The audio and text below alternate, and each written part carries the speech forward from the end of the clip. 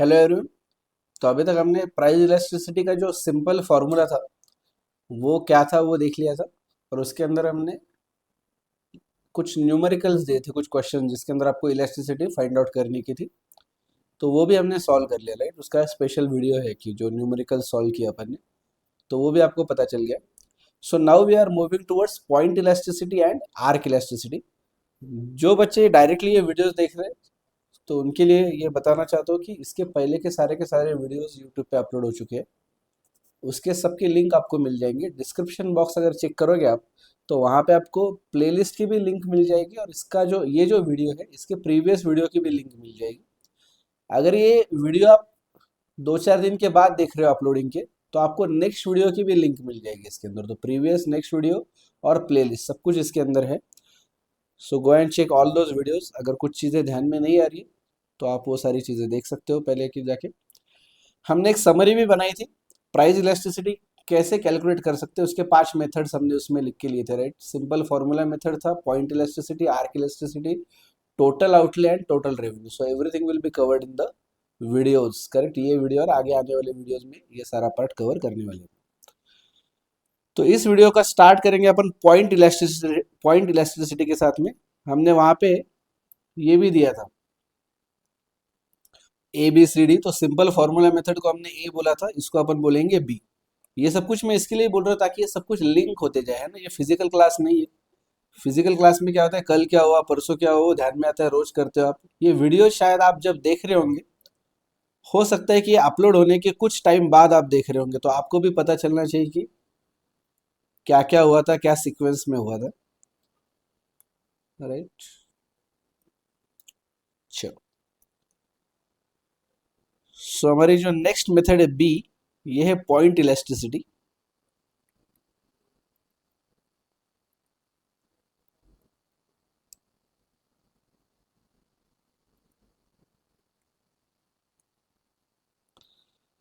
पहली बात तो ये समझेंगे कि ये कहाँ पे यूज होती है, क्यों यूज होती है, बराबर। नॉर्मली क्या होता है, हम लोग ये जो भी कॉन्सेप्ट्स पढ़ रहे हैं सारे, डिटर्मिनेंट्स ऑफ डिमांड हो या लॉ ऑफ डिमांड हो, उसके एक्सेप्शंस हो या रैशनल हो, इलास्टिसिटी हो या व्हाटएवर, ये सारे हम पढ़ रहे ताकि बिजनेस को डिसीजन लेते टाइम पे आसानी हो, राइट। हमेशा हमने एक बात की कि कोई भी बिजनेस फर्म है वो इसका यूज कैसे करेगी अपना डिसीजन मेकिंग करते टाइम पे। तो नॉर्मली ऐसा होता है कि हमने जैसे लॉ ऑफ डिमांड में देखा कि प्राइस अगर बढ़ी तो आपकी डिमांड कम हो जाएगी, राइट। अब थोड़ा सा ये बुक्स पे से या ये नोट्स पे से हटके प्रैक्टिकली सोचो। कोई प्रोडक्ट है, मान लो मेरा, एक सिंपल चीज पकड़ लो कि जैसे मोबाइल, मेरा 10,000 रुपए का मोबाइल है। इसके मेरे, मैं क्वांटिटी देख रहा हूँ कि ईयरली में कितनी क्वांटिटी बेच सकता हूँ। समझ लो मैं ये हूँ, मैं सैमसंग हूँ। तो मुझे पता चल रहा है कि 10,000 वाला जो मेरा मॉडल है, S1 S2 फॉर एग्जाम्पल जो भी रहेगा वो, इसकी मेरी क्वांटिटी बिकती है मान लो 10 लाख मोबाइल फोन्स। अभी मुझे पता है कि इसके अगर मैं प्राइसेस बढ़ा दूंगा या कोई नया फोन लाऊंगा उसकी मैं प्राइसेस बढ़ाऊंगा तो मेरी डिमांड होने वाली है कम।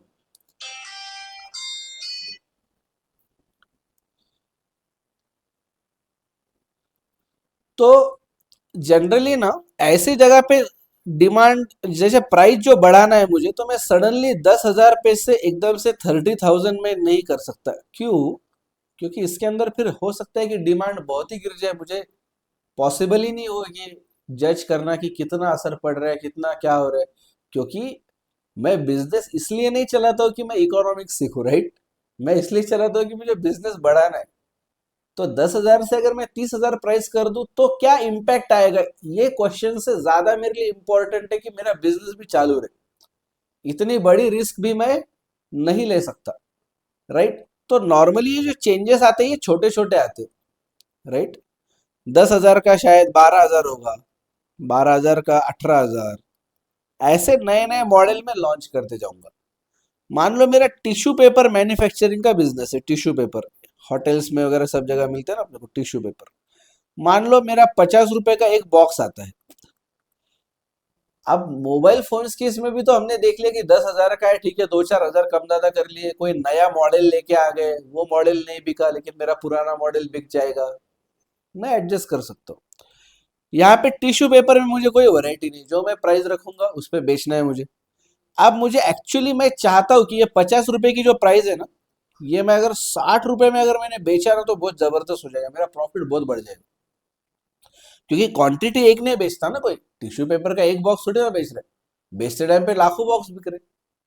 तो 10 रुपए का इंक्रीज मतलब मेरा प्रॉफिट पे ट्रिमेंडस असर पड़ रहा है। तो मैं डायरेक्टली 50 में से 60 पे नहीं जा सकता, क्योंकि फिर पूरा मेरा कस्टमर बेस है वो मेरे कॉम्पिटिटर की तरफ अगर एक बार शिफ्ट हो गया तो वापस मेरे पास आएगा ही नहीं ना। मान लो एक बार कोई कस्टमर आया, मैंने बोल दिया कि 60 रुपए का है, वो बोला अरे मार्केट में तो 50 का बिक रहा है या 55 का बिक रहा है फॉर एग्जाम्पल वॉट एवर, मैं बोल रहा हूँ लेकिन मेरा 60 का है। अभी वो बोला कि ठीक है मैं देख के आता हूँ दूसरी जगह, क्योंकि कस्टमर भी जो है वो एक बॉक्स खरीदने को नहीं आ रहा है, मेरा कस्टमर कौन है, होटल्स वगैरह ऐसे बड़े बड़े लोग हैं जो क्वांटिटी में परचेस करने वाले, तो they will surely bargain with you. तो वो अगर दूसरे के पास गया, दूसरा बोला मेरे पास तो सर 50 का ही है, तो वो उसके पास लेगा और वो अगली बार फिर से मुझे पूछने को भी नहीं आने वाला है, क्योंकि उसको पता चल गया कि यार इसके पास सस्ता है दूसरे दूसरे के पास, तो मैं उसके पास जाऊंगा। तो मैं मुझे मार्केट भी नहीं खोना है ना। तो इसके लिए नॉर्मली जब इम्प्लीमेंटेशन की बारी आती है मार्केट में, तो सडन चेंजेस नहीं होते, थोड़े थोड़े चेंजेस होते हैं। मैं 50 का 51 करके देखूंगा, 52 करूंगा, मुझे पता चल गया कि चालू है मार्केट में, कोई प्रॉब्लम नहीं, डिमांड इतनी भी नहीं कम हो रही, कम तो होगी, कुछ ना कुछ फर्क तो पड़ेगा। फिर 52.5 देख रहा हूँ, 53, ऐसे करते करते धीरे धीरे मैं 1.5-2 साल के अंदर इसको मैं 60 पे लेके जाऊंगा, ताकि मेरे कस्टमर्स को इसका बहुत ज्यादा फील भी ना आए कि ये बहुत ज्यादा प्राइस बढ़ा रही इस टाइप से। तो ये सब मैं क्यों बोल रहा हूं, यहां पे आपका फोकस है स्मॉल चेंजेस पे, ठीक है, स्मॉल चेंजेस। स्मॉल चेंजेस के लिए एक बहुत बढ़िया टेक्निकल वर्ड यहाँ पे यूज हुआ है, जो नॉर्मली हमारे एमसीक्यूज में भी आता है, इसके लिए हमें याद रहना चाहिए। और सबसे खास बात ऐसी कि वर्ड पढ़ते से आपको जो मीनिंग लगेगा उसका एक्चुअल मीनिंग एग्जैक्टली अपोजिट। देखो, वर्ड है इसके लिए infinitesimal.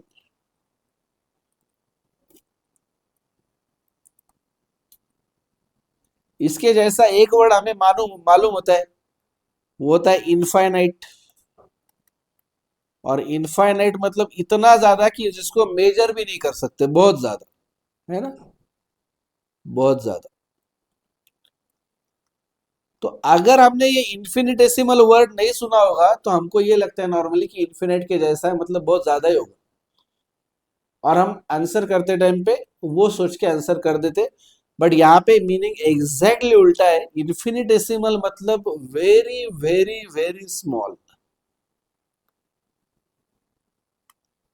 Correct, very very very small, बहुत ही छोटा।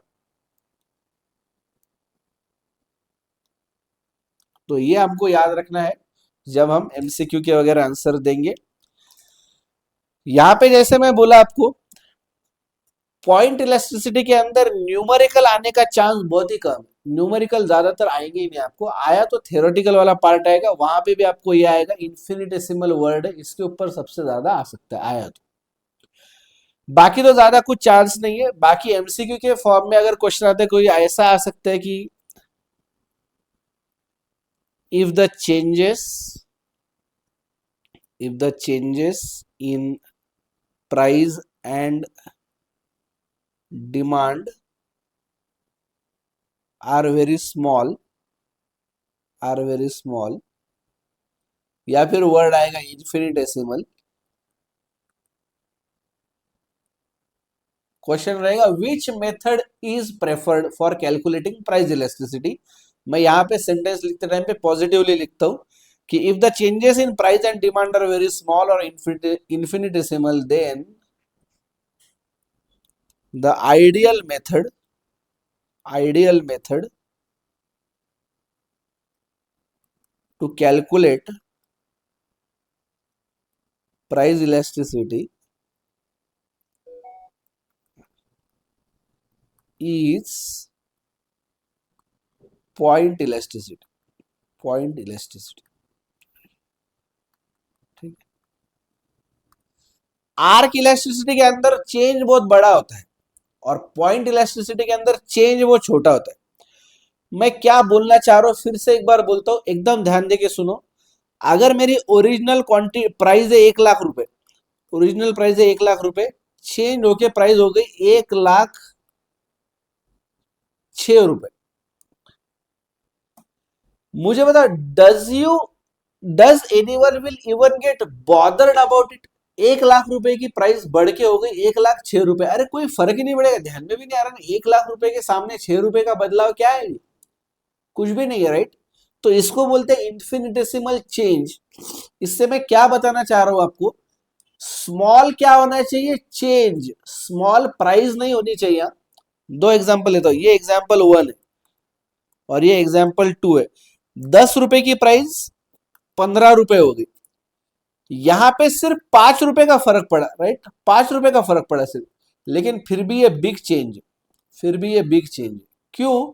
क्योंकि एज कंपेयर टू 10 रुपीज 5 का बदलाव आया, मतलब ऑलमोस्ट ऑलमोस्ट क्या, एग्जैक्टली 50% चेंज आया है, 50% चेंज, ये बिग चेंज। लेकिन यहां पे 1 लाख रुपए के सामने 6 रुपए का बदलाव आया, 5 रुपए से ज्यादा है 6 रुपए, है ना? उतना तो आता ही है बोलना सर हमको।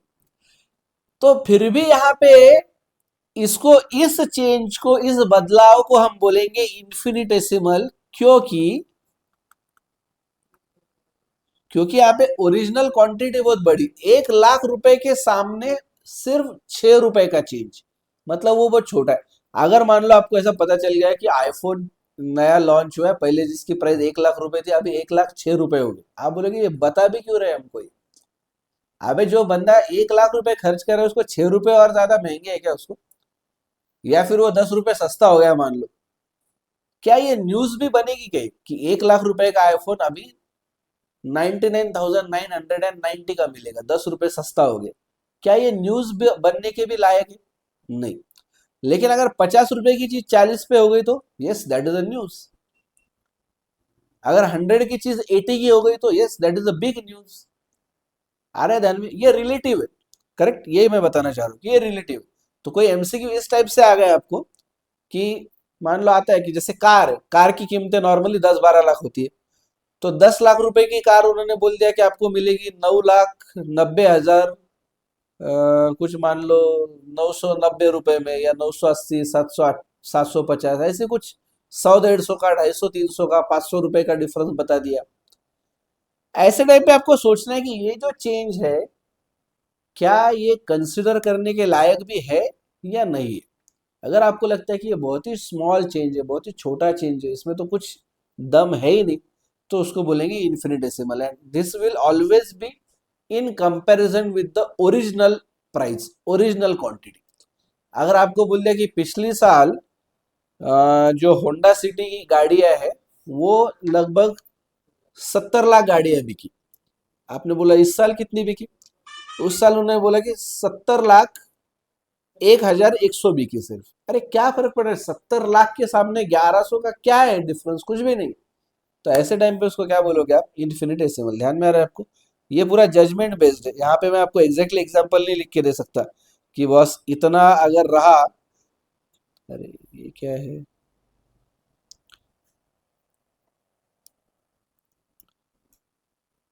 इसमें मैं कोई एग्जांपल नहीं दे सकता कि इतना रहा तो इन्फिनिटेसिमल इतना रहा, इससे ज्यादा हो गया तो बड़ा चेंज, ऐसा इसमें कोई एग्जांपल नहीं बनता। यहाँ पे आपको रिलेटिवली देखना पड़ेगा। I don't know what is the problem. ठीक है, चलो इसको इग्नोर करते हैं, बीच में जो पार्ट आ रहा है।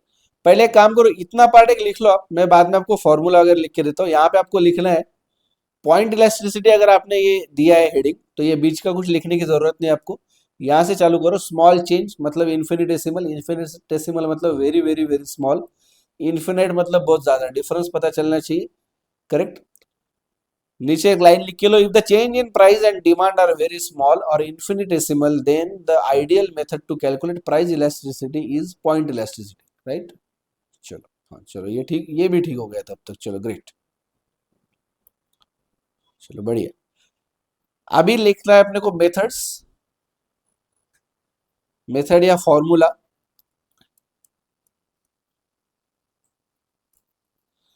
तो हमने देखा था, पहले भी हमने समरी में लिखा है, अभी वापस से लिख के लेंगे। न्यूमेरिकल फॉर्मूला जो है, अगर आपको आंकड़े आ जाते हैं तो उसके लिए फॉर्मूला है आपको elasticity of price, EP is equal to D Q minus D Q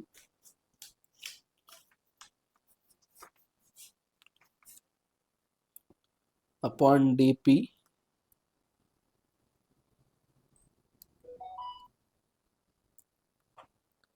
into P by Q, मतलब original price divide by original quantity. इसको एक तरीके से आप बोल सकते हो ये डेरिवेटिव, ठीक है। D Q upon D P जो है, D Q upon D P, ये है डेरिवेटिव।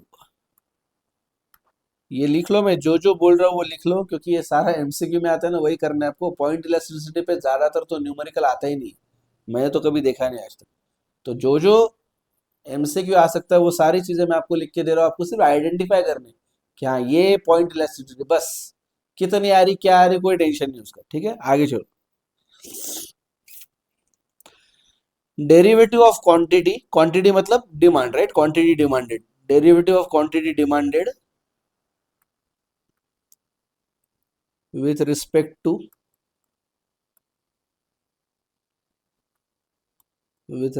to price.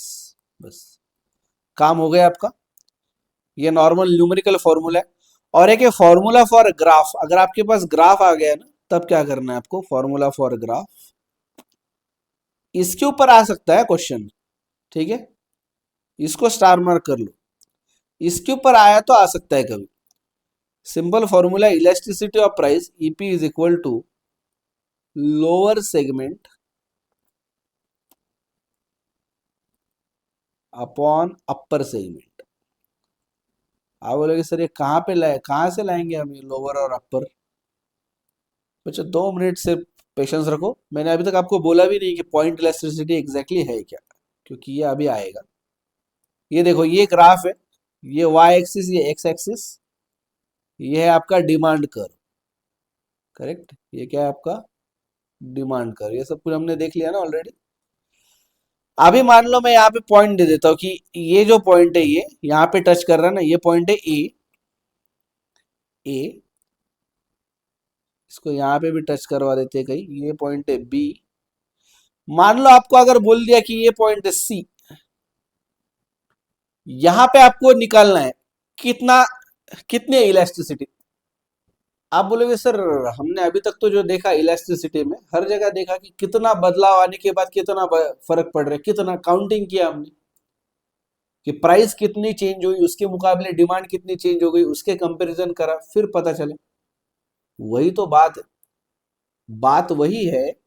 यहाँ पे चेंज इतना छोटा है कि आप ओरिजिनल क्वांटिटी और न्यू क्वांटिटी, या फिर ओरिजिनल प्राइस और न्यू प्राइस, इसके बीच का डिफरेंस इतना छोटा है कि वो एनालाइज करने का कोई मतलब ही नहीं है। जैसे मैं अभी बोला आपको, 1 लाख रुपए का, 1 लाख रुपए की कोई चीज 1,06,000 में मिलने लग गई, क्या एनालाइज करोगे इसको। 6 रुपए प्राइस बढ़ गई तो डिमांड पे क्या असर पड़ रहा है, क्या एनालाइज करोगे, कुछ नहीं पता चलने वाला है।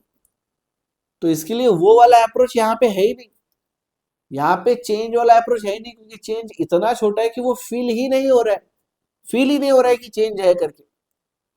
तो इसके लिए आपको इलास्टिसिटी कैलकुलेट करनी होती है इस पॉइंट पे, right. There is no original point और no new point, you have to calculate elasticity at this point, point C. Formula क्या है, सिंपल फॉर्मूला है, PE is equal to, sorry EP होता है elasticity of price, elasticity of demand, EP is equal to lower segment upon upper segment. तो मैं देखूंगा सी से मैं लोअर की तरफ जाऊंगा, सी बी, ये मेरा हो गया लोअर सेगमेंट, राइट। इतना ये जो है मेरा लोअर सेगमेंट हो गया सी बी, राइट। और सी ए मेरा हो गया अपर सेगमेंट, सी ए क्या हो गया मेरा अपर सेगमेंट, आ रहा है ध्यान में। तो ये मेरा फॉर्मूला बन गया यहाँ पे।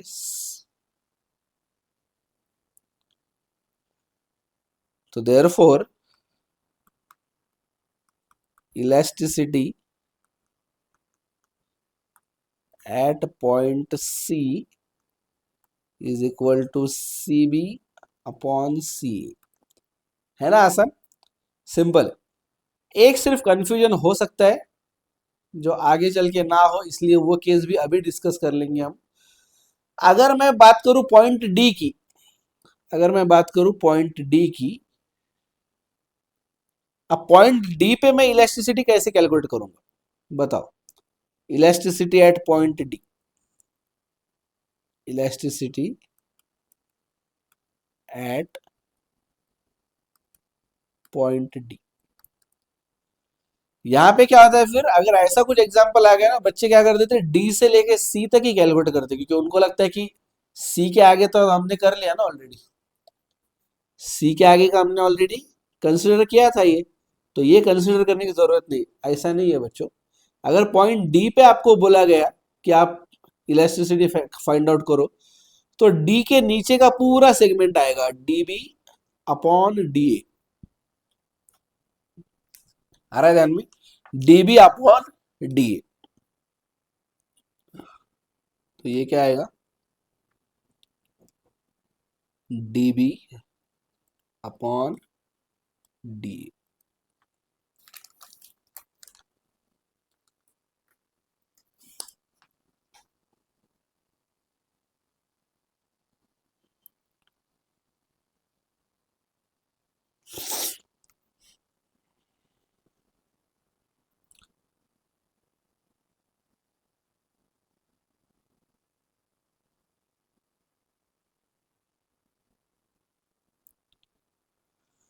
अभी एक चीज एनालाइज करो यहाँ पे, ये हो गया क्या लिखना, ये लिखना हो गया। चलो अभी देखना एक चीज, अभी ध्यान दो स्क्रीन पे। अभी अगर लिख लिया होगा ना, अभी 2 मिनट के लिए रुको, पूरा का पूरा ध्यान मुझे स्क्रीन पे चाहिए, क्योंकि अगली जो चीज मैं लिख के देने वाला हूँ, अगर आपने वो बिना समझे लिखी तो आपको वो रट्टम पट्टी ही करनी पड़ेगी, कभी ध्यान में नहीं आएगी, हमेशा आपको याद ही रखना पड़ेगा।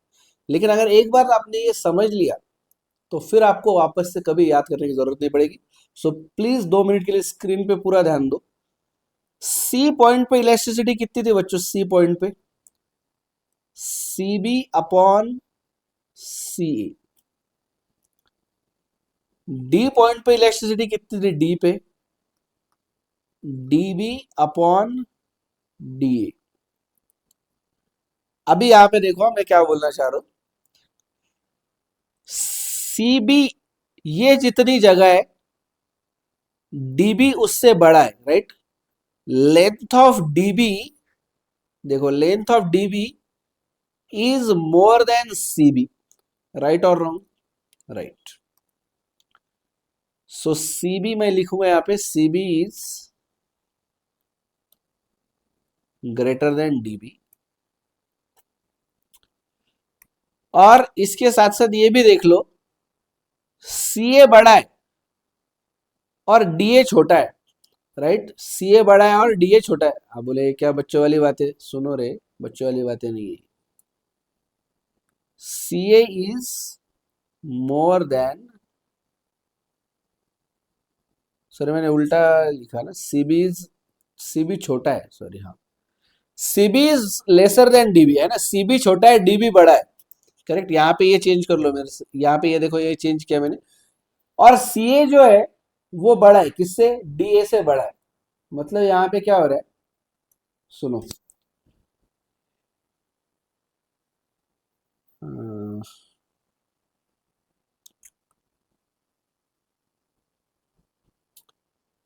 मैं अगर सी से डी की तरफ जाता हूं तो क्या हो रहा है, देखो न्यूमरेटर मेरा बढ़ रहा है, न्यूमरेटर बढ़ रहा है ना मेरा, करेक्ट।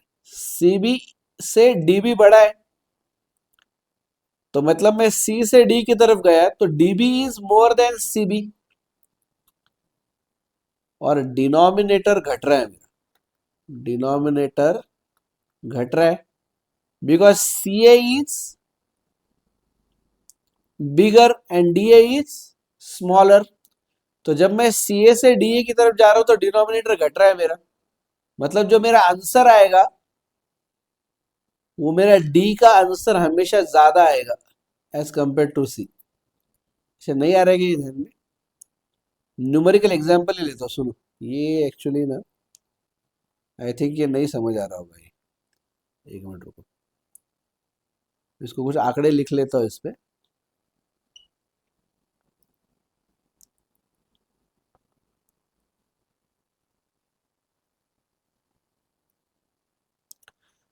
ये कुछ भी लिखो मत आप, बाद में इसका सिर्फ जो कंक्लूजन है वो अपन लिख लेंगे। ये मत लिखते बैठो कुछ भी, यहाँ पे सिर्फ समझो।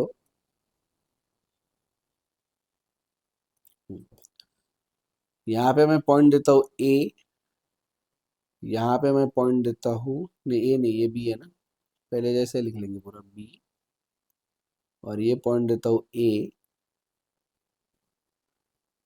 ये बी से लेके यहाँ तक सी तक जो डिस्टेंस है ना, वो एक है। सी से लेके डी तक का जो डिस्टेंस है वो भी एक है। डी से लेके ई तक का जो डिस्टेंस है वो भी एक का है। कुछ भी पकड़ लो, 1 सेंटीमीटर, 1 मीटर, 1 फुट, जो भी पकड़ना है आपको। ई से लेके एफ तक अगर मैं जाता हूं तो ये भी डिस्टेंस 1 है, और एफ से लेके ए तक जाता हूं तो ये भी 1। इसका मतलब क्या हो गया, इतना 1 है बराबर, ये भी 1 है, ये भी 1 है, ये भी 1 है, और ये भी 1 है। इसका ही मतलब होगा डी से लेके बी तक का पार्ट कितना होगा, एक और एक, दो, राइट। ये पार्ट दो का होगा, राइट। अगर मैं बी से चालू करता हूं तो सी तक आएगा एक, डी तक आएंगे दो, एफ तक आएंगे तीन, सॉरी ये ई है ना, एक सेकंड, एक सेकंड, यहाँ पे लिख लो सी डी, और ये ई है, ई, ठीक है। ये मेरा ई, और ये है एफ, ठीक है। अभी देखो, बी से सी तक का पार्ट एक है, सी से डी एक है, तो पूरा बी से डी कितना हो जाएगा, दो। बी से ई तीन, बी से एफ चार, बी से ए पांच, तो ये पूरा पांच, ठीक है। ध्यान में आ रहा है आपको? चलो अभी देखना, अभी अच्छे से ध्यान में आएगा। अभी पॉइंट सी पे देखना कितनी है इलेक्ट्रिसिटी, सी बी अपॉन सी ए। इसका मतलब कितना आ रहा है, सी बी कितना है, 1, डिवाइडेड बाय सी ए कितना है, 1 2 3 4, 1/4, मतलब ये कितना आ रहा है, 0.25। पॉइंट डी पे देखना कितनी इलेक्ट्रिसिटी, अभी सब कुछ ध्यान में आ जाएगा, अभी बहुत आसान है। अभी देखो D B by D A, DB कितना है बच्चों, डीबी दो है, क्योंकि डीसी भी एक है, सीबी भी एक है, एक और एक दो, डीबी हो गया दो, डिवाइडेड बाय डी ए कितना है, तीन, राइट ना, 1 2 3, ये कितना आ रहा है, 0.667, राइट। नहीं आ रहा हो तो कैलकुलेटर पे करो, 0.667। इलेक्ट्रिसिटी ई पॉइंट पे कितना इलेक्ट्रिसिटी, ई पॉइंट पे देखो, ई पे क्या आने वाला है, E B upon E A, right, is equal to E से बी तक कितना है, 1 2 3, राइट, तीन, डिवाइडेड बाय ई ए कितना है, 1 2, यानी कि दो, ये कितना आ रहा है, 1.5। फिर इलेक्ट्रिसिटी एट पॉइंट एफ कितना है, एफ, एफ पे देखना नीचे क्या है, F B upon F A, कितना है ये, एफ बी कितना है, 1 2 3 4, डिवाइडेड बाय एफ ए कितना है, 1, इसका आंसर कितना आ रहा है, 4, राइट। मतलब आपको एक चीज ध्यान में आ रही है कि आप नीचे से ऊपर की तरफ जा रहे हो, मतलब लेफ्टवर्ड मूव हो रहे हो, उस टाइम पे क्या हो रहा है, इलेक्ट्रिसिटी बढ़ रही। Are you getting me, right. चलो इसी को हमको लिख के लेना है यहाँ पे, ध्यान में आ गया नहीं, सिंपल है ना।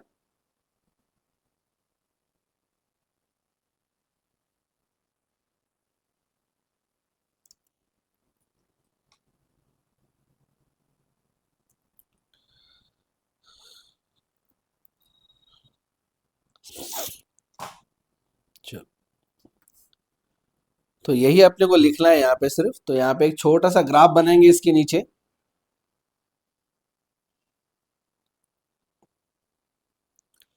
पॉइंट दे दो अलग अलग, ए बी, या वैसे दे दो, पहले जैसे थे वैसे दे दो, याद भी रखने को आसान जाएगा आपको। ये हो गया बी, ये ऊपर है ए, फिर ये हो गया सी, डी, ई एंड एफ। देखो एज अब लिख लो मेरे साथ, अभी ध्यान में आ गया ना। अब लिखो as we move from C to F, elasticity increases. Correct, बढ़ रही है ना, यहाँ से वहां जा रहे तो प्लस डी पॉइंट पे जो elasticity it is more than C. Elasticity at point E is more than elasticity at point D. Elasticity at point F is more than elasticity at point E, right? And obviously, as we move from point F to C, elasticity decreases. इस type का MCQ आ सकता है। दूसरा ऐसा आ सकता है, elasticity at point F is more than elasticity at point C। ठीक है, सी से ज्यादा है कहां पे, एफ पे। सबसे एग्जैक्टली मिड पॉइंट पे क्या होगी बच्चों, elasticity. At exact mid point what will be elasticity. बहुत सिंपल है, एग्जैक्टली मिडल से लोअर सेगमेंट और अपर सेगमेंट इक्वल होगा तभी वो मिड पॉइंट है ना। तो लोअर सेगमेंट और अपर सेगमेंट इक्वल है, लोअर अपॉन अपर, आपका फॉर्मूला क्या है, lower segment upon upper segment. तो आंसर क्या आएगा, वन। वन आंसर आया मतलब यूनिट इलास्टिक। आ रहा है ध्यान में, वन आंसर आया मतलब यूनिट इलास्टिक। तो इसके लिए और तीन चीजें लिख लो मेरे साथ में। इलास्टिसिटी एट, इलास्टिसिटी एट, ये बहुत इंपॉर्टेंट लिख के दे रहा हूं मैं अभी जो लिख रहा हूं, दो चीजें कहीं नहीं मिलेगी मॉड्यूल में भी, कहीं नहीं मिलने वाला है। प्लीज लिखो elasticity at the point touching X axis. देखो हाँ, एक्स एक्सिस पे कहां पे टच कर रहा है, ए या बी। अपने एग्जाम्पल में ए है या बी, अपने एग्जाम्पल में बी है, ब्रैकेट में लिख लो बी। इज कितना होगा बच्चों, इसके नीचे लोअर सेगमेंट कुछ होगा ही नहीं। गेटिंग मी, बी के नीचे कुछ है क्या, कुछ नहीं है। मतलब न्यूमरेटर में जीरो आएगा, जीरो डिवाइडेड बाय समथिंग, वो समथिंग कुछ भी रहने दो, अगर न्यूमरेटर जीरो है तो आंसर क्या आता है, जीरो। तो मतलब elasticity at point touching X axis, that is हमारे एग्जांपल में बी पॉइंट, इज जीरो। और जीरो का मतलब होता है परफेक्टली, परफेक्टली बोलो क्या है, परफेक्टली इलास्टिक या in elastic, perfectly in elastic. ये इतना इंपॉर्टेंट है ना एमसीक्यू के हिसाब से, क्योंकि यहाँ पे आपको नहीं आने वाला है कुछ भी, कैलकुलेट करने को नहीं आने वाला है। यहाँ पे आपको सिर्फ इंटरप्रेट करने को आएगा कि ये बोलो इस टाइप का ग्राफ है, बोलो ये इनइलास्टिक है, इलास्टिक है, क्या है बोलो, बस इतना ही आने वाला है। नेक्स्ट वाले लिख लो, इंपॉर्टेंट पार्ट, बहुत इंपॉर्टेंट है, वेरी वेरी इंपॉर्टेंट। लिखो इलास्टिसिटी, ये अगर मिस कर दिया कहीं नहीं मिलने वाला है पढ़ने को। लिखो इलास्टिसिटी एट द पॉइंट, लिखो elasticity at the point touching Y axis, elasticity at the point touching y axis, elasticity at the point touching y axis,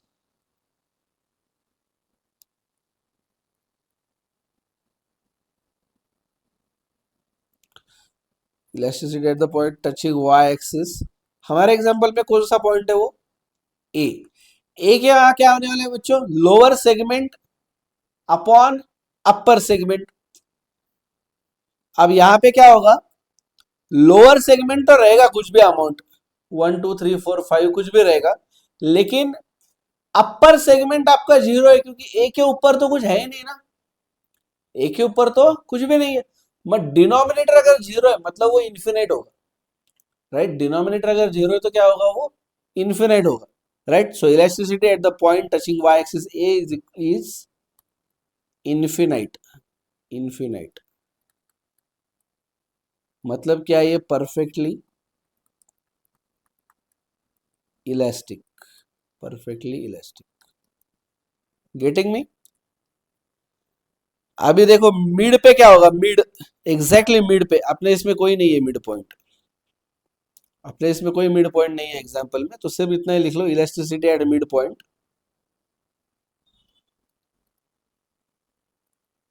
elasticity at mid point will be 1, that is unit elastic, that is unit elastic, right? अब relatively elastic कहां पे होगा, relatively inelastic कहां पे होगा, बोलो? ये तो सिंपल है बहुत, ये तो बहुत सिंपल है। Elasticity at points between the point touching X axis, मतलब हमारे एग्जांपल में point B touching X axis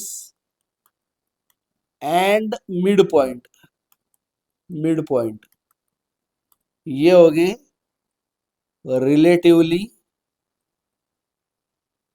in elastic, क्योंकि यहाँ पे वैल्यू क्या आ रही है आपकी, वैल्यू क्या आ रही है यहाँ पे 0 से 1 के बीच में, क्योंकि एक्स एक्सिस को टच करने वाला जो पॉइंट है उस पे क्या है, वैल्यू 0 है।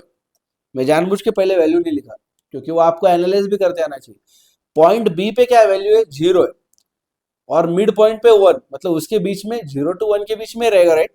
सो वो है 0 to 1, एंड यही same example elasticity, elasticity,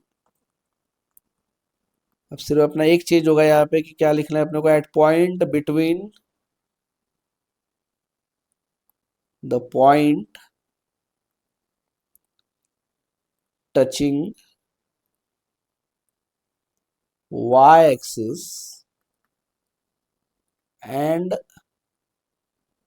midpoint, ये क्या होगा, relatively, relatively elastic, relatively elastic,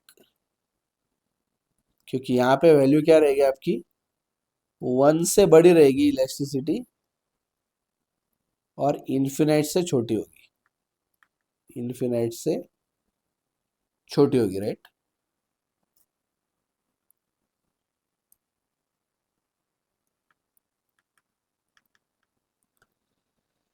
ये समझा क्या आपको? अभी एक फाइनली एग्जांपल लिख लेंगे हम यहाँ पे नोट्स में, सब कुछ अगर ध्यान में आ गया है, अगर नहीं समझा है कुछ तो फिर से जाके एक्सप्लेनेशन देखो, लेकिन अगर अभी सब कुछ आ चुका है ध्यान में, तो एक बड़ा ग्राफ बनाओ, क्योंकि इसके ऊपर बहुत कुछ लिखना है अपने को। ये अगर मैं बीच में बना के देता तो बहुत कंफ्यूजन बढ़ता है, इसके लिए हमने वहां पे नहीं लिखा, पहले हमने सारी कंसेप्ट समझ के ली। नाउ वी विल राइट, ये पॉइंट है ए, ये पॉइंट है बी, ये पॉइंट है सी, ये पॉइंट है डी, पॉइंट है ई, एफ, जी, एच,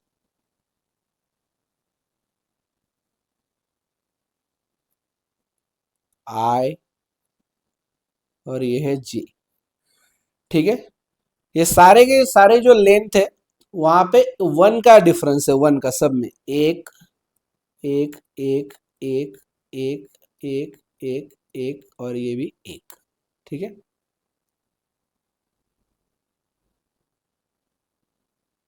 हाँ एक सेकेंड, ये लास्ट वाला इतना मैच नहीं कर रहा है ना, एक ही मिनट, एक मिनट, ये लास्ट वाला एक थोड़ा सा चेंज कर देगा,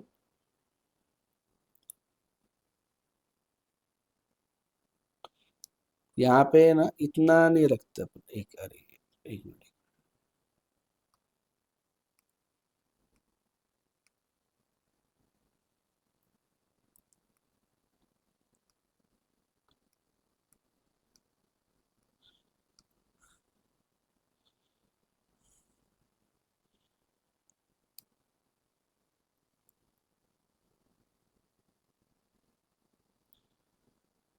ये लेंथ बहुत ये हो जा रही है ना, यहाँ पे इक्वल बनाते हैं, ये यहाँ पे है आई। हाँ ठीक है, अब ये सारे एक एक के 1 1 1 1 1 1। ठीक है, हमारी आसानी के लिए एक बार कैलकुलेट कर लेते हैं। बी से लेके सी तक होगा 1, राइट। बी से सी तक 1, डी तक 2, ई तक 3, एफ तक 4, जी तक 5, 6, 7 और लास्ट तक होगा 8, राइट। सो बी से लेके अगर मैं गया ए तक तो डिस्टेंस आ रहा है 8 का, बराबर। ये तो आ गया ध्यान में। अभी हर एक पॉइंट पे इलास्टिसिटी कैलकुलेट करना है अपने। क्या करना है, हर पॉइंट पे सी पे इलास्टिसिटी कितनी है, C B upon C is equal to 1/8। हाँ या ना। सी बी कितना है मेरा, 8 नहीं आ रहा है शायद, एक सेकेंड ना, ये 1 है। ये कितना आ रहा है, 1 2 3 4 5, एक मिनट। सी से डी 1, ये 2, यहां तक 3, यहां तक 4, यहां तक 5, ये 6 और ये 7। यहाँ पे डिनोमिनेटर में 7 आ रहा है सिर्फ, राइट। एक सेकंड, ये 7 निकालो, कैलकुलेटर कैलकुलेट करो कितना आ रहा है ये, 1/7।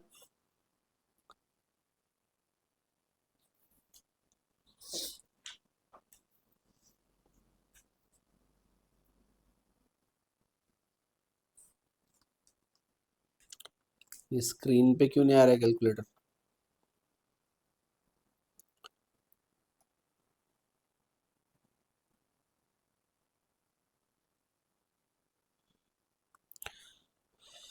हाँ चलो कैलकुलेट करो, 1/7 कितना आ रहा है, 1/7 is 0.14 is equal to 0.14। D पे देखो, डी पे कितनी आ रही है इलेक्ट्रिसिटी, डी के यहाँ D B upon D A. D B कितना है 2 डिवाइडेड बाय डी ए कितना है 6, सो 2/6 0.334 या 333 भी लिखा तो चलेगा। फिर पॉइंट ई पे कितना आ रहा है, ई के यहाँ ई पे क्या आएगा, ई बी अपॉन ई ए। ई बी कितना आ रहा है 1 2 3, 3/5 यानी कि 0.6, करेक्ट 0.6। एफ पे कितना आ रहा है, एफ पे इलेक्ट्रिसिटी कितनी आ रही है,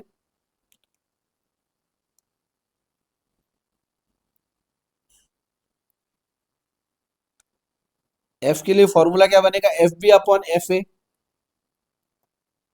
F B upon F A is equal to, F B कितना है 4 अपॉन एफ ए कितना है 4 इज इक्वल टू 1।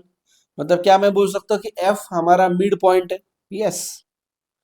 फिर जी, जी भी देखो कितना हो रहा है, जी यानी कि G B upon G A is equal to, क्या बोलेंगे बच्चों इसको, 3/5, राइट। नहीं नहीं नहीं सॉरी सॉरी, उल्टा कर दिया, 5/3, 5/3। इसका मतलब कितना आएगा 1.667। फिर एच पे कितना आएगा, एच पे आपका आएगा H B upon H A, मतलब 7 नहीं 6/2 यानी कि आ रहा है 3। और आई पे कितनी आएगी electricity, I B upon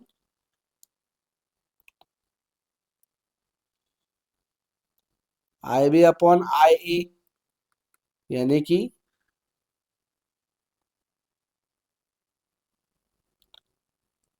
I B upon I A 7/1, 7/1 is equal to 7। और ए पे कितनी आएगी इलेक्ट्रिसिटी, ए पे, ए पे देखना पूरा का पूरा लोअर सेगमेंट ही है, तो ए पे इलेक्ट्रिसिटी कितनी आएगी, मैं यहाँ पे कैलकुलेट कर रहा हूँ, A B A B upon 0, क्योंकि ए के ऊपर कुछ है ही नहीं ना, ए के ऊपर कुछ है ही नहीं, लोअर सेगमेंट आ गया ए बी, ए के ऊपर कुछ नहीं है मतलब 0, इसका मतलब 8/0, और 8/0 का आंसर होता है इन्फिनाइट, क्योंकि डिनोमिनेटर जहां पे 0 है उसका आंसर होता है इन्फिनाइट। और बी पे क्या है इलास्टिसिटी बच्चों, बी पे लोअर सेगमेंट क्या है, बी के नीचे कुछ है ही नहीं मतलब 0 डिवाइडेड बाय अपर सेगमेंट यानी कि B A is equal to 0/8 is equal to answer आएगा 0, राइट। तो फटाफट नोट डाउन करो अभी, पॉइंट बी जो है मेरा, वहां पे इलास्टिसिटी कितनी है 0, इसको क्या बोलेंगे अपन, परफेक्टली इन इलास्टिक। इसके बाद में पॉइंट आ गया आपका सी, बी से लेके, ऐसा लिखो all points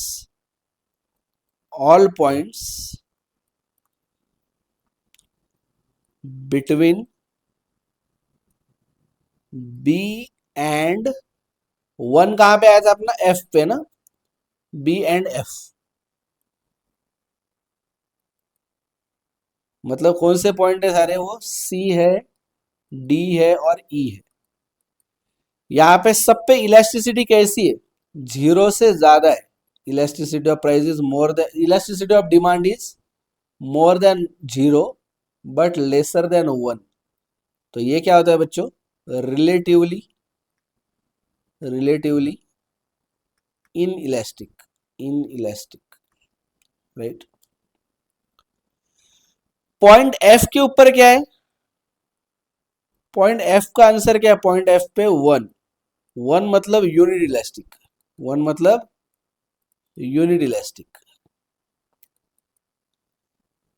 all points between F and A, all point between F and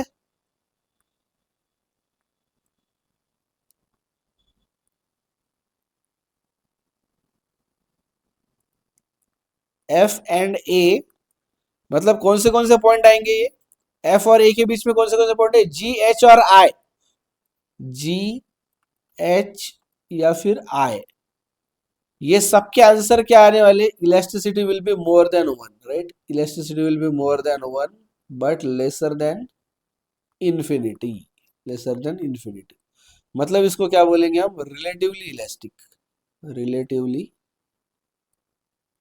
elastic. और ये जो हमारा पॉइंट ए आएगा, पॉइंट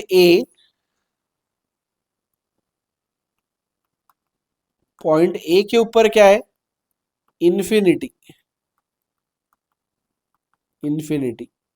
मतलब परफेक्टली इलास्टिक। समझ आ रहा है आपको, देख लो यहां पे बी पे क्या है, परफेक्टली इनइलास्टिक, क्योंकि यहां पे आंसर आ रहा है आपका 0, क्योंकि यहां पे लोअर सेगमेंट कुछ है ही नहीं, बी के नीचे कुछ है ही नहीं, करेक्ट, तो 0। बी के ऊपर क्या आ रहा है आपका 0, ए परफेक्टली इलास्टिक, क्योंकि यहाँ पे तो इन्फिनिट आंसर आ रहा है, क्योंकि यहाँ पे अपर सेगमेंट कुछ नहीं है मतलब डिनोमिनेटर कुछ नहीं है, करेक्ट, तो यहाँ पे क्या आंसर आ रहा है आपका इन्फिनिटी। अब इसके बीच में जो भी आएगा वो क्या आएगा, 0 से लेके इन्फिनिटी तक। अब उसमें और एक पार्ट बन रहा है एफ, यहाँ पे आ रहा है यूनिट इलास्टिक, क्योंकि यहाँ पे आता है आंसर 1, राइट, हाँ या ना। तो सिंपल भाषा में अगर मैं बोलूं तो यहाँ पे आया 0, यहाँ पे आया 1, यहाँ पे आया इन्फिनिटी, तो इसके बीच में वही रेंज बनेंगे ना, यहां से ऐसे मैं ऊपर जाऊंगा तो ये 0 से 1 के बीच में रहेगा, ये वाला पार्ट 0 to 1, तो ये रहेगा relatively inelastic, correct, relatively inelastic. और एफ से लेके तो ए के बीच का पार्ट रिलेटिवली इलास्टिक, क्योंकि ये 1 से बड़ा है लेकिन ए इन्फिनिटी से छोटा है, तो वो क्या रहेगा, रिलेटिवली इलास्टिक। तो आई होप कि आपको ये ध्यान में आ गया होगा और सारे क्वेश्चन इसी पे बनने वाले, ठीक है। तो ये ग्राफ अगर किसी ने ठीक से नहीं बनाया होगा तो कट करके एक बार बना लो, लगेंगे 10-15 मिनट एक्स्ट्रा लगेंगे, लेकिन वन टाइम लगेंगे, फिर से बाद में वो कंफ्यूजन नहीं रहेगा। ठीक है, तो अगर ये ग्राफ ठीक से नहीं बनाया होगा तो ऐसे ही बनाओ, परफेक्टली उतने ही पॉइंट लो जैसे मैंने लिया, ताकि मिड पॉइंट भी आए, उसके बीच के भी पॉइंट आए, सब कुछ कवर करना है। जीरो भी आना चाहिए, इन्फिनिटी भी आना चाहिए, यूनिट भी आना चाहिए, रिलेटिव भी आना चाहिए, सब कुछ कवर होना चाहिए। Correct. So we are done with the point elasticity of demand. Right, point elasticity of demand हो गया। नेक्स्ट वीडियो में अपन देखेंगे आर्क इलास्टिसिटी। ओके, चलो मिलते हैं फिर नेक्स्ट वीडियो में। Bye bye.